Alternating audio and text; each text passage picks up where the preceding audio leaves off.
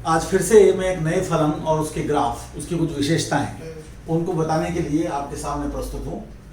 फलन है ln x by x. ln x generally short form होती है log x आधार e पर, तो इसे आप y कह लीजिए, fx कह लीजिए। इसके ग्राफ की बात हम करेंगे। तो हम जानते हैं कि log x पॉजिटिव के लिए डिफाइंड होता है, तो डोमेन हमारा 0 टू इन्फिनिटी रहेगा, यानी x की वैल्यूज केवल हम इस पे ले सकते हैं, 0 या नेगेटिव नहीं ले सकते। तो सम और विषम की तो कोई बात ही नहीं है। सम और विषम की बात तब आती है जब फलन का डोमेन y एक्सिस के राइट में भी हो और y एक्सिस के लेफ्ट में भी हो, तो वो तो बात ही नहीं उठती थी। अब हम जो है इस फलन को जो ड्रॉ करेंगे तो थोड़ा हम देखना चाहेंगे कि जहां जहां पर फंक्शन नॉट डिफाइंड है और वो डोमेन के अंतर्गत आता है, डोमेन के कहीं किनारों पर आता है, तो वहां हम लिमिटिंग वैल्यूज निकालना चाहेंगे। तो 0 से इन्फिनिटी के बीच में ऊपर इंटरवल में तो ये सब जगह वेल डिफाइंड है। 0 पर और इन्फिनिटी पर हम देखेंगे कि लिमिटिंग वैल्यूज क्या है। तो जब 0 पर देखेंगे तो हम 0 प्लस करेंगे। इसका मतलब ये है कि x 0 की तरफ जा रहा है, लेकिन पॉजिटिव साइड से आ रहा है, क्योंकि x जो है वो इधर से आ सकता है, इधर से नहीं आ सकता। तो हम देखेंगे जब x 0 प्लस की तरफ जाएगा तो ये माइनस इन्फिनिटी और ये 0 प्लस की तरफ जाएगा। इसे हम ऐसा लिख सकते हैं 1/0 प्लस और माइनस इन्फिनिटी। ये हो गया इन्फिनिटी इंटू माइनस इन्फिनिटी, तो माइनस इन्फिनिटी सीधे सीधे आंसर आ गया। इसका मतलब ये है कि जब हम इसका ग्राफ खींचेंगे तो जैसे ही हम 0 से थोड़ा आगे निकलेंगे तो हम जो है नीचे से आएंगे। माइनस इन्फिनिटी हमारी लिमिटिंग वैल्यू है। एक्सटेंडिंग टू इन्फिनिटी पर करेंगे तो ln x बाई एक्स है। अब इसकी जो हम वैल्यू है वो दो प्रकार से निकालेंगे। एक तो साधारण तरीका है कि इन्फिनिटी बाई इन्फिनिटी का रूप है, तो LH रूल लगाया तो ऊपर नीचे डिफरेंशिएट कर दिया, 0 आंसर आ गया। वैसे भी आप इसे जरा समझिए कि आप ये देखिए कि जब मैं x को बढ़ाऊंगा और x को ऐसी वैल्यूज लूंगा जिससे कि मैं आसानी से इसकी वैल्यूज निकाल पाऊं। जैसे आप देखिए कि log x की जगह पर e raise to the power n कर देता हूं और बेस e है ये, यानी मैं ln e raise to the power n की बात कर रहा हूं तो n आ रहा है। तो जब मैं यहां पर e raise to the power 1 लूंगा तो ये हमारा 1 आएगा, ये e आएगा। जब e स्क्वायर लूंगा तो ये 2 आएगा, ये e स्क्वायर आएगा। फिर e क्यूब लूंगा तो 3/e cube, 4/e raise to the power 4, 10/e raise to the power 10। अब कहां 10 है और कहां e raise to the power 10 है, बहुत ज्यादा है। तो ये वाली क्वांटिटी डिनोमिनेटर न्यूमरेटर की जितने चाहे उतने टाइम्स हो सकती है, यानी नीचे की क्वांटिटी ऊपर की क्वांटिटी की इनफाइनाइटली मेनी टाइम्स ज्यादा है, इसलिए आंसर 0 है। थोड़ा इस बात को भी हमें समझना चाहिए। कुछ पॉइंट्स पर हमें वैल्यू निकालनी है ताकि ग्राफ खींचने में हमें सुविधा हो। हम देख रहे हैं कि 1 पर वैल्यू 0 है, तो ये पॉइंट है।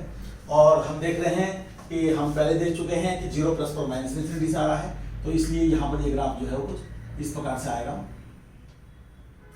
और इसके बाद हम देखते हैं कि हालांकि कंकेविटी का हमको पता नहीं है, लेकिन चूंकि इसे एसिम्प्टोट बनना है तो इसलिए ऐसा ही आएगा। और हम देखते हैं कि रूट ई पर वैल्यू 1/2 रूट ई है, कोई ना कोई पॉइंट अभी हम लेंगे। और ई पर वैल्यू 1/e है, तो आप ई रखेंगे तो ये 1 हो जाएगा, ये ई हो जाएगा। तो ई पर वैल्यू 1/e है, देख लेंगे कितनी वैल्यू है। तो 1/e को हम थोड़ा सा कर देते हैं और बाद में उसको डेरिवेटिव को भी निकाल लेते हैं। तो डेरिवेटिव हमारा ये आ रहा है, तो ये 0 हो रहा है x इक्वल टू ई पर। तो 0 से e तक डोमेन हमारा 0 शुरू है, वहां इंक्रीज करेगा और e से इन्फिनिटी तक डिक्रीज करेगा। और कनकेविटी भी हमारी जो है वो चेंज हो रही है e रूट ई पर, यानी कनकेव अप रहेगा। तो e पर जो वैल्यू थी वो 1/e थी, तो 1/e लगभग इतना ले लेते हैं, इतना ले लीजिए, बल्कि और कम ही आएगा, इतना आएगा। तो ये यहां से इस प्रकार से ये आएगा। अब इसके बाद क्या होगा कि e के बाद ये डिक्रीज करेगा और एक्सटेंडिंग टू इन्फिनिटी पर हम पहले देख चुके हैं कि हमारा आंसर 0 आ रहा था। तो ये और 0 से ज्यादा आएगा, क्योंकि जब x को बहुत बड़ा रखेंगे तो ये भी पॉजिटिव, ये भी पॉजिटिव। तो यहां से ये ऐसे खिसकते हुए आएगा। एक जगह कंकेविटी चेंज होगी इसकी, तो इसमें ये e रूट e जो है यहाँ पर मैं मान लेता हूँ कि इसका फिर जो है ग्राफ इस प्रकार का होना शुरू हो जाता है, ये जा रहा है। और यहाँ पर e रूट e से पहले ये जो है कनकेव अप रहेगा। तो ये एक पॉइंट है जहां पर कनकेविटी चेंज हो रही है। ये कनकेव अप है और फिर ये कनकेव डाउन है। ये बहुत ठीक से नहीं खींचा है, आप इसको देख लीजिए। तो ये हमारे पास स्थिति है। और ये e पर जो हाइट आ रही है ये 1/e आ रही है,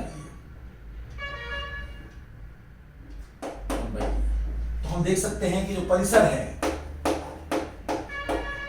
जिसको अंग्रेजी में हम रेंज कहते हैं, वो हमारी कम से कम तो माइनस इन्फिनिटी है और ज्यादा से ज्यादा 1/e है, जो कि प्राप्त भी हो गई है। तो इस प्रकार से अधिकतम मान यानी मैक्सिमम वैल्यू वो एफ ई पर हमको प्राप्त हो रहा है और 1/e है। न्यूनतम मान नहीं है, उसका कोई अर्थ नहीं है, वो हमको नहीं मिलता है। कनकेविटी हम देख चुके हैं, 0 से लेकर e√t तक कनकेव डाउन है और फिर कनकेव अप है, इस प्रकार से आता है। तो ये सारी जानकारियां हैं, ये हमने ग्राफ खींचा है, थोड़ा हमने लिमिट के कंसेप्ट का उपयोग किया है। आप इसे देखिए और उसका आनंद लीजिए। एक अगले फलन के साथ और उसके ग्राफ के लिए मैं अगली बार आपके सामने प्रस्तुत होऊंगा। धन्यवाद।